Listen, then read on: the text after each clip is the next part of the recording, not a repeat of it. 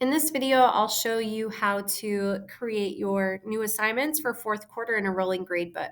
This is the same for both semester and year-long classes.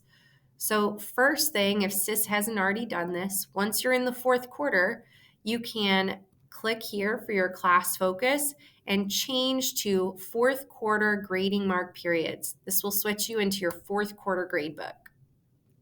So you shouldn't see anything change. If you've done this correctly, all of your assignments will appear from your previous quarters. So to create a new assignment, I'll hover over Gradebook and click New Assignment. So this is the easy part. This is the only quarter of the entire year where you don't actually have to pay attention to the grading periods because it will select the current quarter, and that's all you need.